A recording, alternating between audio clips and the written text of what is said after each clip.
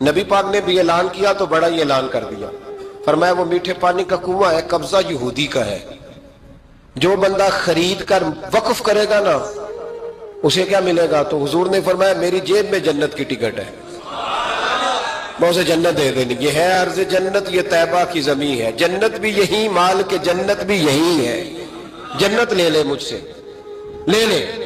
حضرت عثمان غنی گئے، اس کو کہا بھئی کنواں میرے ہاتھ بیچ دے۔ کنویں کی قیمت تھی 500-700 دینار، تو حضرت عثمان 500-600 دینار کل کنویں کی قیمت تھی۔ جناب عثمان غنی گئے، یہودی کو پتا تھا کہ یہ خریدنا چاہتے ہیں، فرمایا یار یہ کنواں بیچ دو۔ کہنے لگا نہیں بیچنا۔ فرمایا قیمت منہ مانگی، کہنے لگا قیمت میری مرضی کی، کہا تمہاری مرضی کی، اپنی اپنی اوقات ہوتی ہے نا قیمت لگانے کی، تمہاری مرضی کی۔ کہنے لگا میری شرط ہے میں ایک دن کے لیے کنواں دوں گا، ایک دن میں ایک دن آپ۔ فرمایا یہ بھی منظور ہے۔ کتنے پیسے؟ اس نے کہا میں 3000 دینار لوں گا، 500-600 کا ہے۔ حضرت عثمان غنی فرمانے لگے تو نے اپنی اوقات کے مطابق 3000 مانگا ہے، میں 40,000 لے کے آیا تھا، اپنی اوقات کے مطابق مانگا، 40,000 دینار میری جیب میں۔ یہودی کہنے لگا عثمان تو تاجر ہے، اور عام تاجر نہیں، عالمی سطح کا تاجر ہے، لوگ تیری تجارت کی مثالیں عرب میں دیتے ہیں، پر 500-600 کا کنواں 40,000۔ فرمانے لگے مسئلہ کنویں کا نہیں، مسئلہ مصطفیٰ کے فرمان کا ہے، وہ جو حضور کا فرمان پورا کرنا ہے نا اس کے لیے 40,000 تھوڑے ہیں، میرے پاس تھے ہی اتنے جو لے کے آیا ہوں۔ حضرت عثمان نے پیسے چکائے، اس نے کہا ایک دن پانی ملے گا، فرمایا منظور ہے۔ وہ ایک دن بیچا کرتا تھا پانی، حضرت عثمان نے اعلان کر دیا جو میرا دن ہے نا فری پیو۔ ملا رومی رحمت اللہ علیہ فرماتے ہیں کنویں سے سادہ پانی نکل جائے تو تازہ آ جاتا ہے، اور اگر پانی کنویں کے اندر رہے سارا ختم نہ ہو تو باسی ہو جاتا ہے۔ اس لیے فرمایا کرتے تھے میں اس کنویں سے پانی پیتا ہوں جس پہ رش زیادہ ہوتا ہے، اس لیے کہ وہاں سے پانی ختم ہوتا ہے تو تازہ آتا رہتا ہے۔ فرماتے تو اللہ کے رستے میں سارا خرچ کر دے، اللہ تازے عطا کر دے گا اور پہلے سے زیادہ عطا کر دے گا۔